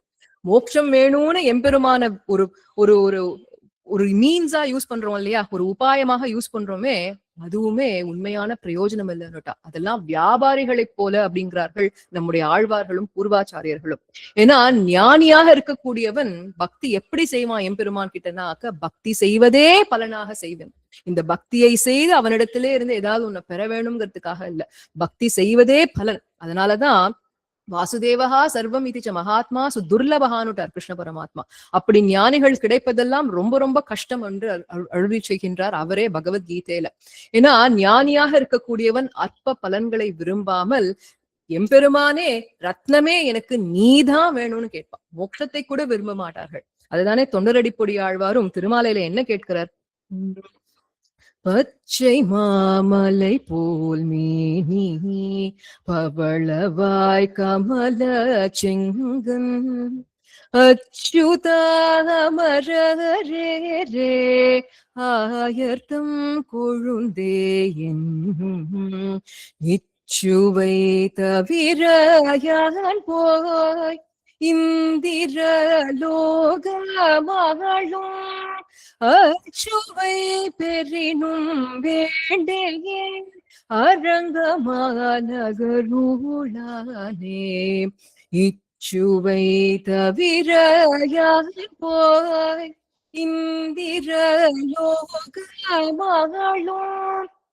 அச்சுவை பெறினும் வேண்டேயே அரங்கமானகருளானே என்று இங்க உனக்கு கைங்கரியம் செய்யறது, உனக்கு மங்களாசாசனம் செய்வது, இதுதான் எனக்கு வேண்டும். இந்த இடத்துல அந்த இந்திர லோகம்னு சொல்றதுன்னா சில நேரங்கள்ல அத பரமபதத்துக்கு கூட ஒப்பா சொல்வது உண்டு. அது கூட எனக்கு வேண்டாம்ப்பா, உனக்கு கைங்கரியம் செய்ய வேண்டும் என்கின்றார். இதையே தானே சுவாமி நம்மாழ்வார், ஆழ்வார்களுக்குள்ளே தலைவராக இருக்கக்கூடிய சுவாமி நம்மாழ்வாரும் என்ன காண்பிக்கிறார், எம்மா வீடும் வேண்டா எந்தனக்கு உன் தாளினையை அம்மா அமையும் என ஆய்ந்துரைத்த நம்முடைய வாழ்முதலாமாறன் மலத்தாளினை சூடிக்கும் பயற்று நெஞ்சே கிழக என்று எம்மா வீடும் வேண்டான்னுட்டார். நம்மாழ்வார்கிட்ட இப்பதானே நம்ம எல்லாம் நம்மாழ்வாருடைய மோட்சம் அனுபவித்தோம் இல்லையா, திருவடி தொழில் அனுபவிச்சோமே.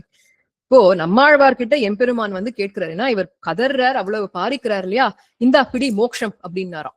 நம்மாழ்வார் உடனே சொல்றாரு, இல்ல வேண்டாம் வேண்டாங்கிறாரு. என்னப்பா வேண்டாங்கிற, இவ்வளவு நேரம் மோட்சம் வேணும் இந்த லோகத்துல எனக்கு விற்க வேண்டான்னு தானே கேட்ட, அப்ப மோட்சம் இந்தா தரேன்னொன்னு இல்ல வேண்டான்ற. அப்போ மறுபடியும் எம்பெருமான் சரியா விழல போலன்னு சொல்லி வீடு தரேன், பெரிய பேரு தரேன்னார். மறுபடியும் ஆழ்வார் வேண்டான்னு. இல்லப்பா நன்னா கவனி, சாதாரண வீடு அல்ல, புருஷார்த்த லட்சண மோட்சணமாக இருக்கக்கூடிய பரமபதம், எம்மா வீடு தரேன், ஐஸ்வர்யம் கிடையாது, கைவல்யம் கிடையாது, பரமபதத்தையே உனக்கு தருகின்றேன்னு சொல்லும் பொழுது கூட ஆழ்வார் காது மூடிண்டு செப்பம் வேண்டாம் வேண்டாம் சொல்லாதுன்னுட்டார். ஏன் அப்படின்னா ஆழ்வாருக்கு என்ன திருவுள்ளம்னு கேட்டாக்க, ஆழ்வாருக்கு மோட்சம் எம்பெருமான் தன்னுடைய இச்சையினால் கொடுக்க வேண்டும். ஆழ்வார் கேட்டாங்கிறதுக்காக கொடுக்க கூடாது, அவன் இவருக்கு கொடுக்க வேண்டும் என்பதற்காக கொடுக்கணும்னு. அப்ப என்னதான் வேணும்னு கேட்டாக்க, செம்மா பாத பற்பு தலை சேர்த்துள்ளைங்கிற உன்னுடைய அந்த ஆஜவம் பொருந்திய இந்த பாதங்கள் இருக்கே, சிவப்பா இருக்கக்கூடிய அந்த திருப்பாதங்கள் இருக்கே அது என்னுடைய தலையை அலங்கரிக்க வேண்டும். எப்படி அந்த ராஜகுமாரன் ஒரு ரத்னம் கிடைச்சா தனக்கு ஒரு ஆபரணமாக செய்து அலங்கரித்துக் கொள்வானோ அதை போல ஞானிகளாக இருக்கக்கூடியவர்கள் எம்பெருமான் அப்படிங்கிற ரத்னம் கிடைத்தால் அதை தனக்கு ஆபரணமாக எங்க ஆபரணமா வச்சுக்கணும், அந்த திருமுடியில அவன் அவன் திருவடியும் அவனுடைய தலைமுடியில இருக்கணும். அதுதான் ஆபரணம் இல்லையா? அதை கேட்கின்றார் இந்த இடத்துல. இது யார போல பரதன் கேட்டானே, எனக்கு இந்த ராஜ்யம் எல்லாம் வேண்டாம், இந்த சாம்ராஜ்யம் அனைத்தும் இந்த பட்டாபிஷேகம் அனைத்தும் ராமபிரானுக்கு நடக்க வேண்டும். அப்ப எனக்கு என்ன வேணும்? சேஷத்வ சாம்ராஜ்யமான பாரதந்திர சாம்ராஜ்யமாக இருக்கக்கூடிய அவனுடைய திருவடிதான் என்னுடைய தலைமுடியை அலங்கரிக்க வேண்டும்னு கேட்டான். இந்த பெரிய கிரவுன் வைப்பாளே அது எனக்கு வேண்டாம், ராமபிரானுடைய திருவடிகள் அலங்கரிக்கணும்னு கேட்டான். அதான் ரொம்ப அழகா ஸ்ரீமத் வால்மீகி ராமாயணத்திலே ஸ்லோகம், மே சாந்திஹி ந பவிஷ்யதி, எனக்கு இந்த சாந்திங்கிறது கிட்டவே கிட்டாது. யாவத் எப்ப வரைக்கும்னு கேட்டா, ந தாரயிஷ்யாமி சிரசா சரணோ பிராத்துஹு என்று எம்பெருமானுடைய அந்த ராஜமுத்திரை பதிந்த அவனுடைய அந்த திருவடியானது என்னுடைய தலைமுடியை அலங்கரிக்கும்படி எனக்கு சாந்தியே கிடைக்காது என்றான் பரதாழ்வான். அப்போ இதைத்தான் நம்முடைய ஆழ்வார்கள் காட்டுகின்றார்கள்னா, எம்பெருமான் அப்படிங்கிற அந்த ரத்னம் தான் நமக்கு வேணும். எம்பெருமானிடத்திலே உபாயத்துவ புத்தியை பண்ணக்கூடாது. அவனை ஒரு மீன்ஸா வச்சுண்டு, அவனை ஒரு உபாயமாக வச்சுண்டு அவனிடத்திலே எதுவும் கேட்கக்கூடாது. அவனிடத்திலே சென்று அவனே வேண்டும் என்பதை கேட்க வேண்டும். பிரயோஜனமாக பக்தியை செய்து உபேயத்துவ புத்தியுடன் இருக்க வேண்டும் என்பதை காட்டியதுதான் இந்த அற்புதமான பாசுரம். அப்பேற்பட்ட ஆழ்வார்கள் தான் நமக்கு உஜ்ஜீவனம். அவருடைய திருவடிகள் தான் நம்முடைய தலைமுடியை அலங்கரிக்க வேண்டும். அப்போ இதுதான் அடுத்த சாமியம் ரத்னத்துக்கும் எம்பெருமானுக்கும். இதிலிருந்து அடுத்த சாமியமாக இருக்கக்கூடியது, இந்த ரத்னத்தை பெறணும் அப்படின்னு வந்துடுத்து ஆசை வந்துடுத்து அப்படின்னாக்க, இப்போ எங்கேயோ லௌகீகமா எடுத்துக்கலாமே, எங்கேயோ ஒரு நல்ல கடைக்கு போறோம், இல்ல டிவில எல்லாம் அட்வர்டைஸ்மெண்ட் வருது, அதெல்லாம் பாக்குறோம். பார்க்கும்போது ஆஹா இந்த மாலை எவ்வளவு அழகா இருக்கு, எவ்வளவு அழகா அதை பதிச்சிருக்கா கல்லெல்லாம், இதை வாங்கணுமேன்னு ஒரு ஆசை வந்துடுத்துன்னா அது வாங்குற வரைக்கும் நமக்கு தூக்கம் இருக்காது. வாங்கிய பின்பு அதை பத்திரமா பொக்கிஷமா பாதுகாக்கணுமேனு அதை நினைச்சும் தூக்கம் இருக்காது இல்லையா? அத போல எம்பெருமான் என்கின்ற அந்த ரத்தினத்தை பெற விரும்புபவர்களையும் உறங்க விடாது, பெற்றவர்களையும் உறங்க விடாது. அதுவே சிந்தையாக செய்துவிடும். எப்படின்னாக்க, ஒரு மும்மூட்சுவாக இருக்கக்கூடியவன் திருவிருத்தத்திலேயே சுவாமி நம்மாழ்வார் அருள்கின்றார் இல்லையா, எழுவதும் மீண்டே படுவதும் பட்டு எனை ஊழிகள் போய் கழிவதும் கண்டு கண்டெள் கலல்லா இமையோர்கள் குழாம் தொழுவதும் சூழ்வதும் செய்தொல்லை மாலை கண்ணார கண்டு கழிவதோர் காதலுற்றார்க்கும்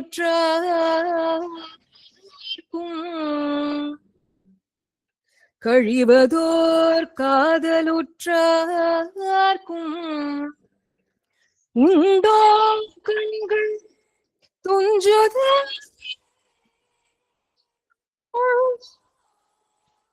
கண்கள் துஞ்சுதலே, உண்டோ கண்கள் துஞ்சுதலே, உண்டோ கண்கள் துஞ்சுதலே துஞ்சுதலே என்று எம்பெருமானை பெரும் வரை ஐயோ காலம் வீணா போயிட்டே இருக்கேன் அப்படின்னு கதற வைக்கும். அந்த பகவத் சாட்சா்காரம் எப்ப கிடைக்கும் அப்படின்னு மனம் நோகவும், அப்படியே நொந்து கொண்டே இருக்கலாமே ஒழிய அவன் அனுபவிச்சு முடிச்சுட்டோம், அவன் கிடைச்சிட்டான்னு சொல்ல முடியுமா? அந்த கதியில் தானே சுவாமி நம்மாழ்வார் இருந்து இப்படி கதர்றார். இதேதான் பிராட்டியினுடைய நிலை. அசோகவனத்திலே தவித்துக் கொண்டிருந்த பொழுது அவர் சொல்ற வார்த்தைகள், அனுமான் இடத்திலே அனுமான் வரார். அப்போ அடையாளங்கள் எல்லாம் சொல்ல வேண்டும்னு அனுமானுக்கு சொல்லிண்டே வரா.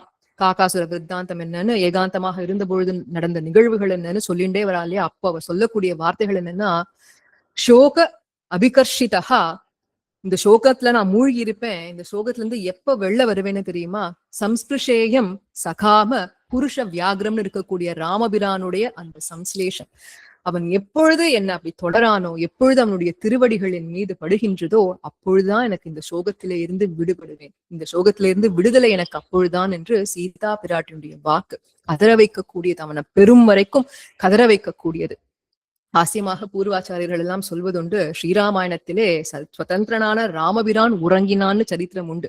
அதனால தானே அவனுக்கு திருப்பள்ளி எழுச்சி போது கௌசல்யா சுப்ரஜான்னு பாடி எழுப்புறா. ஆனா அவன் வேண்டும் என்று அவனுக்காக காத்து கொண்டிருந்த சீதையோ இல்ல அந்த ரத்னத்தை பெற்றிருந்த லக்ஷ்மணனோ உறங்கினார்கள் என்று சரித்திரம் இல்லையே. அப்போ இதுல இருந்து என்ன தெரியறதுனாக்க, பெரும் வரைக்கும் தூங்க விடாது, அப்படியே கிடைச்சுடுத்து அந்த ரத்னம்னாக்க அப்பவும் தூங்க விடாதாம். லக்ஷ்மணரை பார்த்தோம், எங்க இருக்கு இந்த இடம் அப்படின்னு கேட்டாக்க, ராமபிரான் சீதா பிராட்டி லக்ஷ்மணர் 3 பேருக்கும் காட்டுக்கு வந்துட்டான். தமசா நதிக்கரை ஸ்ருங்கிபேரபுரம்.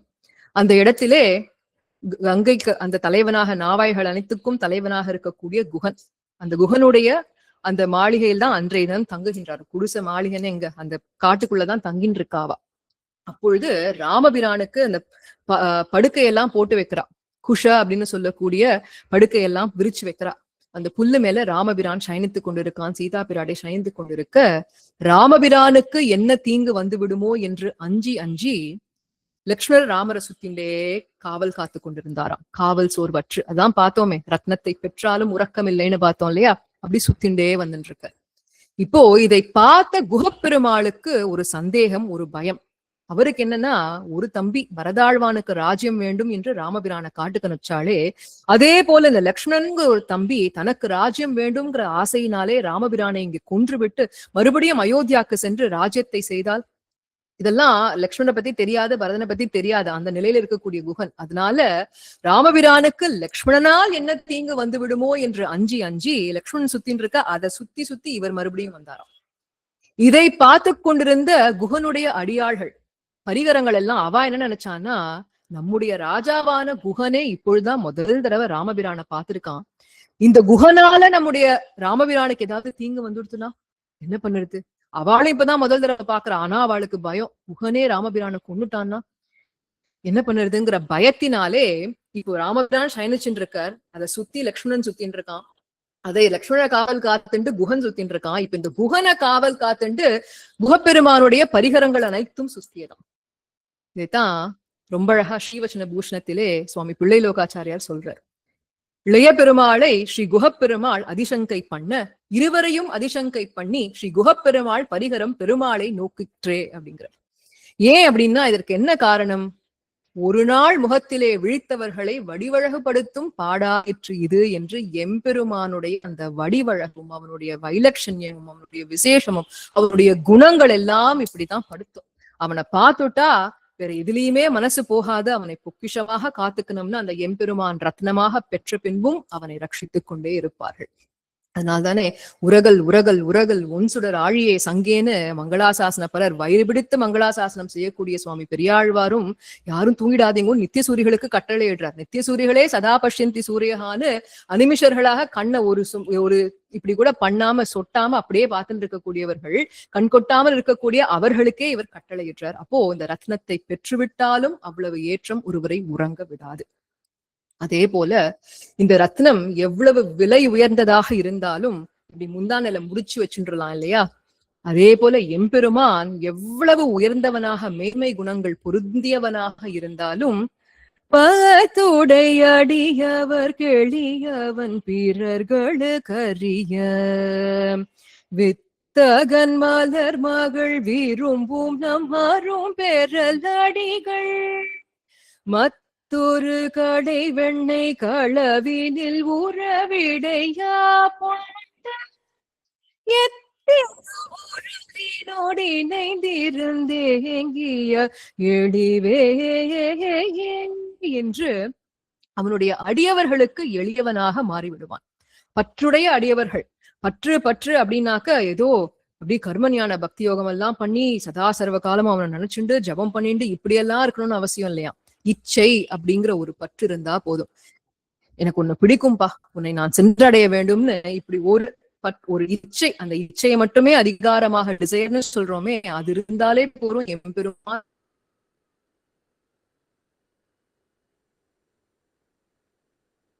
ஆயிரம் நம்ம தேடி ஓப்பட்ட அந்த எதை எதிர்பார்க்கிறான், அவன் வரும் பொழுது மூஞ்சி அப்படி திருப்பிண்டு போகாம விமுகனாக இல்லாமல் ஆபிமுக்கியம் செய்து கொண்டு அவரிடத்திலே துவேஷத்தை பாராட்டாதே அத்வேஷத்துடன் இருந்தால் போரும். அதையே எம்பெருமான் பட்டாசாக பச்சையாக கொண்டு நம்மை ரட்சிக்கின்றான் எம்பெருமான். அப்போ இதை பெற்றவர்கள் தான் ரத்னங்களை பெற்றா தனவந்தர்கள்னு சொல்றோம் இல்லையா? இப்படி எம்பெருமான் தான் வேணும், எனக்கு வேற எதுவும் வேணாம்னு சொல்லக்கூடியவர்களை தான் நம்முடைய சம்பிரதாயம் ஸ்ரீமான் என்று கொண்டாடுகின்றது.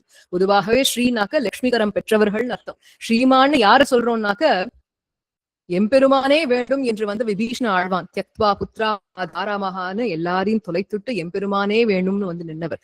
அவர்தான் ஸ்ரீமான்னு கொண்டாடுறது ஸ்ரீமத் வால்மீகி ராமாயணம். அதே போல லக்ஷ்மணோ லக்ஷ்மி சம்பன்னஹா என்று லக்ஷ்மணரை கொண்டாடுறது. ஏன்னா சதா சர்வ காலமும் எனக்கு ராமர் தான் வேணும், நீ எந்த பெரிய பட்டாபிஷேகம் பண்ணி எனக்கு எந்த பெரிய ராஜ்யம் கொடுத்தாலும் வேண்டான்னு ராமர் பின்னாடியே வந்தார் இல்லையா? அப்போ இதான் ஸ்ரீமத்வம்.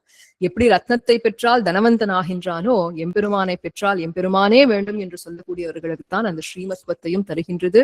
அப்பேற்பட்ட அந்த எம்பெருமான் அவர்களுக்கு எப்பொழுதும் எளியவனாக இருக்கின்றான். அர்ஜுனனுக்கு எவ்வளவு காரியங்கள் எல்லாம் செய்தான்னு நம்ம பாக்குறோம்.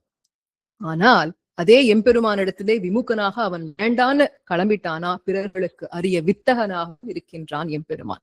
இதோட கிட்டத்தட்ட நம்ம இப்போ 8 சாமியங்களை பார்த்துட்டோம். அதற்கு மேல இன்னும் 2 சாமியங்கள் தான்.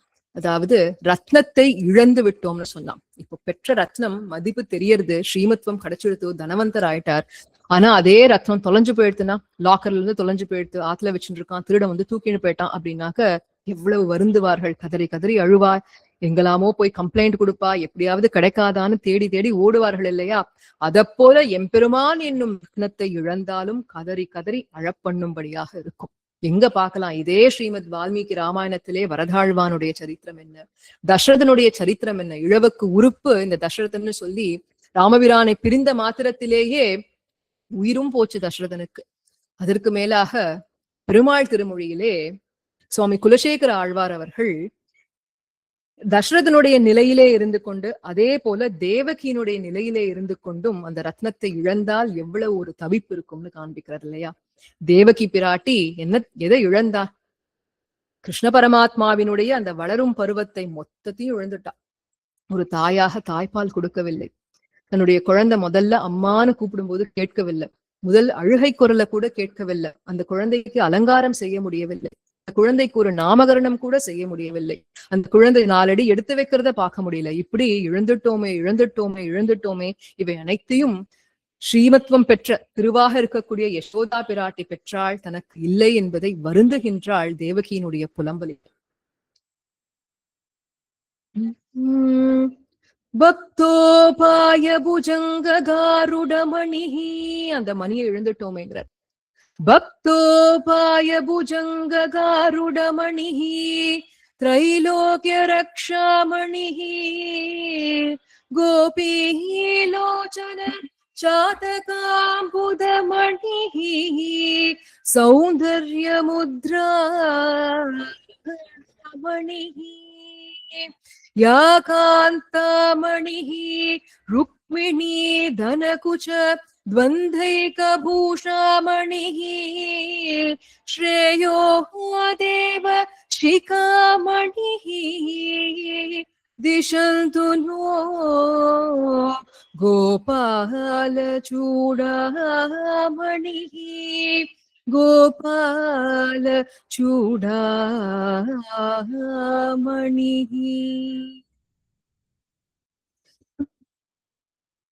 மருவும் நின் திருநெற்றியில் சுட்டி அசைதர மணிவாயிடை முத்தம் தருதலும் உந்தன் தாதையை போலும் வடிவு கண்டு கொண்டுள்ளம் உள்குளிர விரலை செஞ்சிரு வாயிடை சேர்த்து வெகுளியாய் நின்றுரைகி குமவுரையும் திருவிலேன் ஒன்றும் தெய்வதங்கை யசோதை பெற்றாளே. திருவிலே ஒன்றும் தெய்வதங்கை யசோதை பெற்றாளே என்று அந்த இழப்பை நினைத்து வருந்துகின்றாள். ஆனால் அதே ரத்னம் தன்னுடைய கைவசத்திலே இருந்தால் ஒரு சாத்வீக அகங்காரத்துடன் இல்லை எனக்கெதிர் இல்லை எனக்கெதிர் இல்லை எனக்கெதிரே என்று சொல்லும்படியாக இருக்கும். இனி என்ன கலக்கம் அப்படின்னு சுவாமி நம்மாழ்வார் ஒரு பதிகம் முழுக்க, அதாவது கண்ணபிரானுடைய திவ்ய சேஷிதங்கள் சிந்தை செய்ய கிடைத்ததே, நினைக்கவும் வாய்விட்டு கதறி அதே போல அனுபவிக்கும்படி, நித்தியபடி அனுபவிக்கும்படியாக சாட்சாத்கரிக்க பெற்றதே என்று அந்த நெஞ்சை எம்பெருமான் தனக்கு அருளினானே என்று சந்தோஷப்பட்டு ஒரு பதிகம் முழுக்க, குரவையாச்சியர்ங்கிற பதிகம் முழுக்க முழுக்க அந்த பெருமையை வெளிக்காட்டுகின்றார். எனக்கென்ன மனம் பறிப்பு, இனி எனக்கு என்ன குறையுண்டு அப்படின்னு சொல்லிண்டே வரக்கூடியவர் எனக்கு பிறர் நாயகர் யார் என்று அருளி செய்கின்றார். அப்போ அடுத்த சாமியத்துக்கு என்னன்னா, எம்பெருமான் தான் நாயகன் எடுத்துட்டு பார்த்தா, அந்த ரத்னம் தான் நாயகன் என்று பார்த்தால் அந்த நாயகனை எப்பொழுதும் ஒரு நாயகி கொண்டே அடைய வேண்டும். இப்போ உதாரணத்துக்கு சொல்றோம் இல்லையா, ரத்னங்களை எல்லாம் ஒரு புரோக்கர் வச்சுட்டு தான் வாங்குவோம், தரகர்னு சொல்றோம். ஒரு புருஷனை கொண்டே ரத்னங்களை எல்லாம் வாங்குறோம். அத போல எம்பெருமான் அப்படிங்கிற அந்த ரத்னத்தை பிராட்டியினுடைய புருஷகாரம் கொண்டே வாங்க வேண்டும். திருப்பாவையில முழுக்க முழுக்க அனைவரும் அதை அனுபவிச்சிருப்போம் இந்த மாசம் முழுக்க. ஏன்னா ஆண்டாள் நாச்சியார் அடியார்களை முன்னிட்டு கொண்டே கண்ண பரமாத்மாவை பற்றுகின்றாள். எங்க தெரியுது, எந்த பாசுரங்கள்ல தெரியுது? நாயகனாய் நின்ற நந்தகோபனுடைய கோவில் காப்பானே, குடித்தோன்றும் தோரணவாயில் காப்பான், அம்பரமே தண்ணீரே சோரே அறம் செய்யும் எம்பெருமான் நந்தகோபாலா எழுந்திராய், கொம்பனார்க்கெல்லாம் கொழுந்தே குலவிளக்கே எம்பெருமாட்டி யசோதாய் அறிவுராய், நந்தகோபாலன் மருமகளே நப்பின்னாய் என்று கந்தம் கமழும் குழலி கடை திறவாய் என்று இப்படி இவ்வளோ அடியார்களை பற்றி கொண்டுத்தான் கிருஷ்ண பரமாத்மாவை சென்றடைகின்றாள். நப்பின்னை பிராட்டியினுடைய புருஷகார பலத்தை பற்றி கொண்டுத்தான் கிருஷ்ண பரமாத்மாவை சென்றடைகின்றாள். வேதம் வல்லார்களை கொண்டு விண்ணோர் பெருமான் திருப்பாதம் பணிந்துங்கிறது தான் நம்முடைய சம்பிரதாயம். அப்படி அந்த புருஷகாரம் செய்வதிலே தலை சிறந்தவர்கள் யாரு அப்படின்னாக்க நம்முடைய ஆச்சாரியர்கள் தான். அதனால்தான் பிராட்டிக்கும் ஆச்சாரியனுடைய ஸ்தானம். அப்போ அந்த எப்படி ஒரு ரத்னத்தை ஒரு புரோக்கர் வச்சுட்டு ஒரு புருஷன் மூலமாக போய் எடுக்கிறோமோ அதே போல எம்பெருமான் அப்படிங்கிற ரத்னத்தையும் நம்முடைய ஆச்சாரியரை கொண்டே நாம் பற்ற வேண்டும். அந்த ஆச்சாரிய ஸ்தானத்திலே இருந்து நமக்கு அதை நடைமுறைப்படுத்தி காட்டியவள் நம்முடைய ஆண்டாள் நாச்சியார். இப்போ இப்பேற்பட்ட சாமியங்கள் அனைத்தையும் நாம் இன்றைய தினம் அனுபவித்தோம். இந்த சாமியங்கள் அனைத்தையுமே அடியேன் ஒரு தொகுப்பாக ஒரு PDF ஃபைல்ல வச்சுட்டு இருக்கேன். அடியேனுடைய ஆத்ம பந்துவான ஸ்ரீமதி சுஜாதா கிடாம்பி அவர்கள் செய்து கொடுத்தது. அதை அடியேன் சுவாமி தனுஷ்கோடி சுவாமிக்கு அனுப்புறேன். அனைவரும் அதை பெற்று மறுபடியும் ஒரு முறை பார்த்தா நம்முடைய பூர்வாச்சாரியர்கள் எவ்வளவு அழகா அதெல்லாம் காண்பிச்சிருக்கான்னு தெரியும். ஆக அதை நாம் இப்பொழுது ஆண்டாளதான் நம்ம ஆச்சாரியன்னு பார்த்தோம். இப்போ பொதுவா நம்ம கிட்ட ஏதோ விலையுயர்ந்த ஒரு புரோக்கர் நல்ல உயர்ந்த ஒரு ரத்னத்தை வாங்கி கொடுத்திருக்காருன்னு வச்சுப்போமே, அந்த ரத்னத்தினுடைய மதிப்பு நமக்கு தெரியறது. நாளடைவிலே அதனுடைய மதிப்பு கூடிண்டே போறதுன்னு பொழுது யார்கிட்ட ஒரு கிருத்தஞதை இருக்கும்னு கேட்டாக்கா அதை வாங்கி கொடுத்த அந்த புரோக்கர் கிட்ட, தரகர் கிட்ட, அப்பா நல்ல ரத்னமா பார்த்து நமக்கு வாங்கி கொடுத்தாரு, அதனால்தான் இதுக்கு மதிப்பு கூடிண்டே போறதுன்னு அவர்கிட்ட ஒரு நன்றி, ஒரு கிருத்தஞதை இருக்கும் இல்லையா?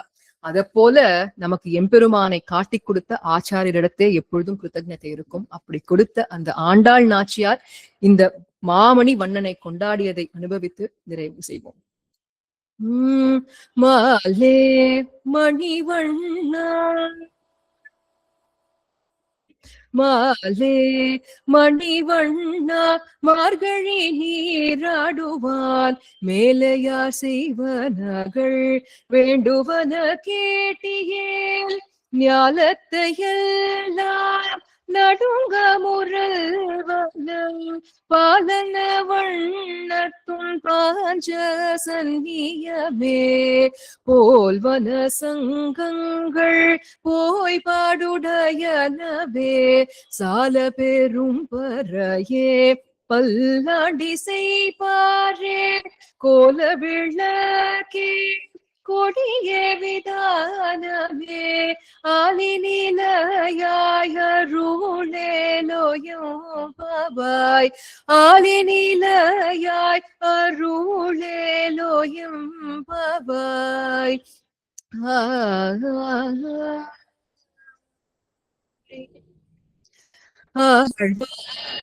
எம்பெருமானார் ஜீயர் திருவடிகளே சரணம் சரணம்.